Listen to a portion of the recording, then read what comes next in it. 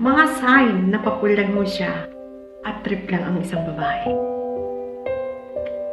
Mag-ingat sa mga lalaking pa-sweet, simula pero biglang umiiwas. Pag nakuha na,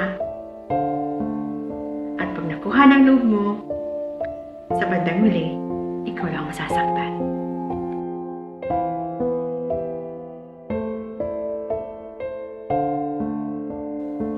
Hugutok.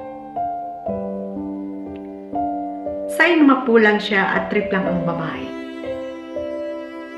Una, tandaan niyo po ito. Sobrang sweet at caring sa simula pero paandar lang pala. Para kang isang mamahaling hiyas kontratuhin sa una pa lang. Good morning text call, sweet kiss star, at kapag nahulog ka na, sin zone na lang mo siya sa lahat ng chat mo. At kung may reply, seem like ice cold. Malamig na tubig or malamig na yellow. No effort, not like before, na nandiyan siya parati. Para bang ang lahat ng ginagawa niya before isinusulat lang sa isang papel at isang script. Yan po ang una. At ang pangalawa, biglang nanlalamig yan kapag nandyan ka na. Kapag nahulog ka na sa kanya, saka naman siya always nawawala at mailap hanapin. Kapag natanong mo, parating sagot, bahala ka. Kapag seryoso ka naman, biglang sasabihin, joke time. O, di mo ba? Number 3, active sa social media ba? Sa iba pala active. Dati sa post mo, always siyang nakareact. But now, ngayon, sa iba na siya nagre-react. Nag-heart. Nagko-comments. Sa mga chat mood ba na siya? Palagi na siyang busy kapag ikaw ang kausap. Maraming reason, kisyo ganito, kisyo ganon. At kapag sa iba lagi online, mag-iba na ang ka-chat. Pang-apat, malabo na kung ano pa ba kayo, ngunit umaasa na parang kayo. Lahat ng kilos niya, parating kayo may react. Lahat ng kilos niya, para kayong may relasyon. Pag tinatanong mo, ano ba kayo? At ang palaging sagot, wala. Friends lang. Lahat ng gusto niya, ang benefits, ngunit ayaw ng commitments. Number 5. Ganito siya palagi, not only for you, kundi sa iba rin. Ginagawa niya ito parating noon at ngayon, hindi ikaw ang una at huli. Marami pa. Mabilis na siya magsawa kapag siya ay nakakakita ng bago. Iiwanan ka niya na parang walang mangyari. 6. Ganito sila kapag naboboard. Kapag naboard na, maghahanap ng makakausap. At kapag napull ka na, at nahulog ka na sa kanyang mga laro, saka sila maglalaho. Yung bang parang trip lang, pastime, palipas oras. Yan po ang 6 sa mga nagpapapol or na-fall. Sa totoo, hindi rin ho kasalanan natin na magkagusto o magmahal. But kasalanan niya kasi ginagawa niyang laro ang bawat damdamin ng bawat isa. Ang pagmamahal ay hindi laro. At hindi isang bola na kapag ginusto mong i-dribble ito or i-shoot ito, gagawin mo sa kanya. Ang babae hindi bola upang kapag naisipan niyang i-shoot, gagawin niya. Sapagkat kapag ganito ang lalaki, pinapakilig lamang kayo, pansamantalang kilig, hindi yun tunay at malinis ang hangarin para sa iyo.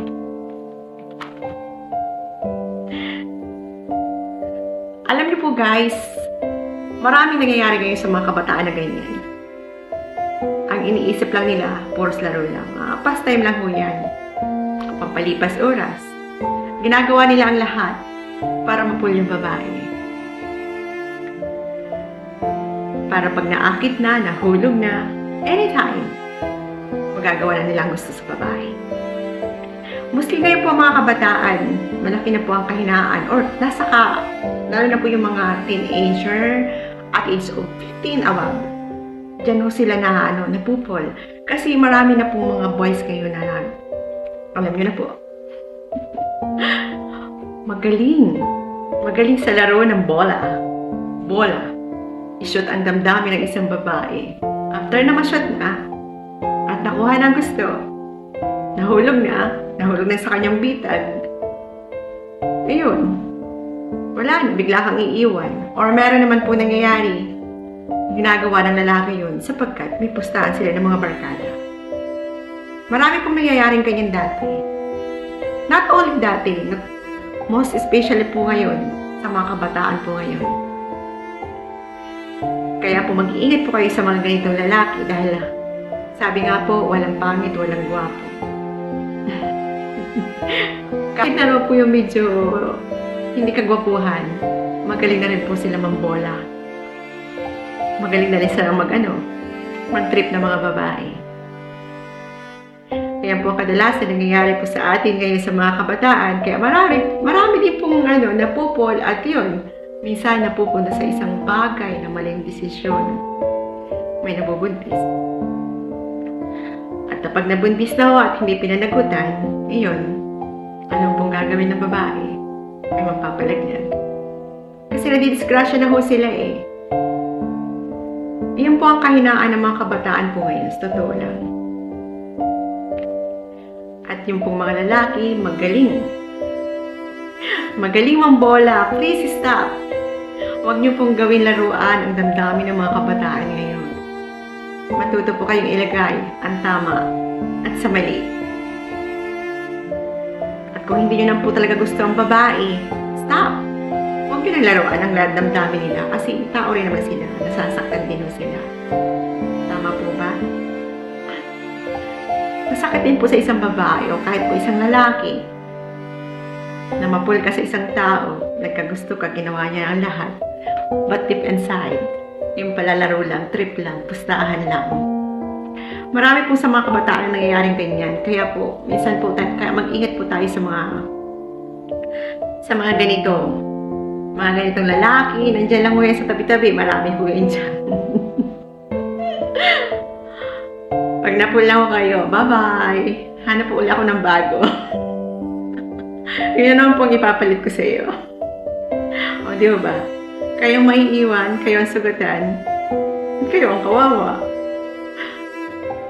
Kasi minsan po hindi natin nakikita kasi sa first time na mag-meet kayo or sa unang pagkikitungo sa iyo, talaga naman po pinapakita ng lalaki na may caring, chat dito, call dito, and then may mga sweet message pa kayo. Sweet message pa po kayong inaano sa kanya. Sweet message pa kung binibigay niya. O, di ho ba? Mahirap po kasing laruan ang damdamin. Hindi ho laruan talaga ang ating damdamin. Be careful everyone. Mostly sa mga kabataan po ngayon. Ginawa ko po ang hugot na to ay para sa mga kabataan po. Para sa mga edad 15, na alam ko po ay nasa adolescent. Nasa part ho sila ng eksperimento ng mga bagay-bagay. Kaya po mahirap pakawalan ang mga kabataan po ngayon dahil marami silang eksperimento sa buhay. We need the guide ng ina, ng pamilya.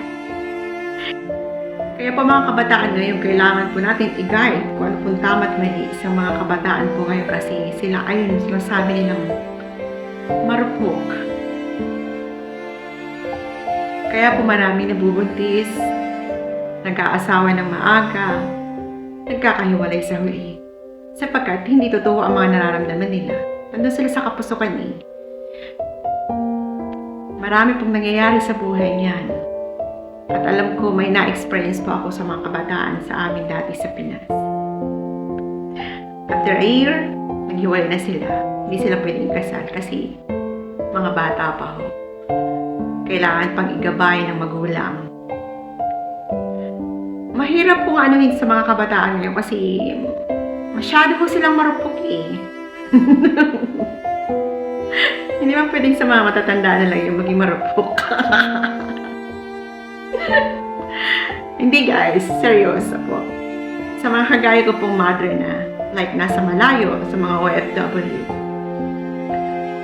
a little advice lang po, na kahit nasa malayo po tayo, every time po natin i-update ang ating mga anak. Kasi po sa panahon at age, meron na nga ako 13 years old nag-aasawa, nabubuntis. Kasi nandun po sila sa part ng adolescent po na kailangan ng i-guide ng magulang at bigyan ng mga payo kung ano ba talagang tama at mali.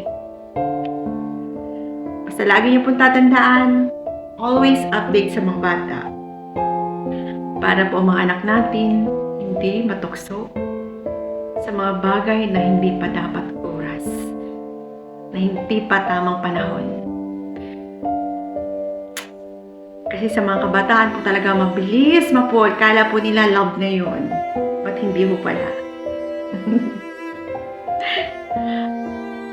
Minsan po kasi nagkakamali sila. Kagaya po natin yung matatanda na. Minsan may time po tayo nagkakamali. But mostly kailangan po natin silang i-guide kasi sila yung nasa kabataan pa. At kailangan pa natin i-guide na maigi para matuwid kung ano ba talaga. At mas maganda po yung mga anak natin maging open po sa atin. Just not only for the as a mother, as a family, as a friend, bilang isang kaibigan. Simulan nyo sa pagkabata pa ng bata, bilang isang not only for the nanay, para paglaki po ng bata, masanay sila na nag-open up po sa atin. Hindi po sa pagyayabang ng mga anak ko, para lang kayo magkakaibigan. Yes, totoo po yun. Lalo na po yung bunso ko, 13 years old, may crushes na. Ano ko lang po yun, pero nag-o-open up ang aking bunso. Boy po yun. Mama, ang ganda ng crush ko. Ganyan po ang mga bata ngayon. Kahit po nasa malayo ako, bilang isang OFW, always ako nag-ano sa kanila, papaalala. Pag nagkamali sila, meron po silang sa akin. Consequence po sila sa akin. Kung saan po ay may parusaw sila. Not only for the physical po. Isang salita, isang ina at isang kaibigan. Kailangan po natin yung para sa mga anak. Paano guys, hanggang dito na lang ang aking hugot. Pero may makukuha po kayong aral about dito. Just not only po sa kabataan, especially po sa mga mother or sa family na nag-guide po sa ating mga anak. Sa age po ng adolescent. Please subscribe at kapag nagustuhan nyo po ang aking video, please pakishare po para marami pong maka-relate sa aking topic now. Maraming po salamat. God bless at ingat po kayo. Bye! I love you all!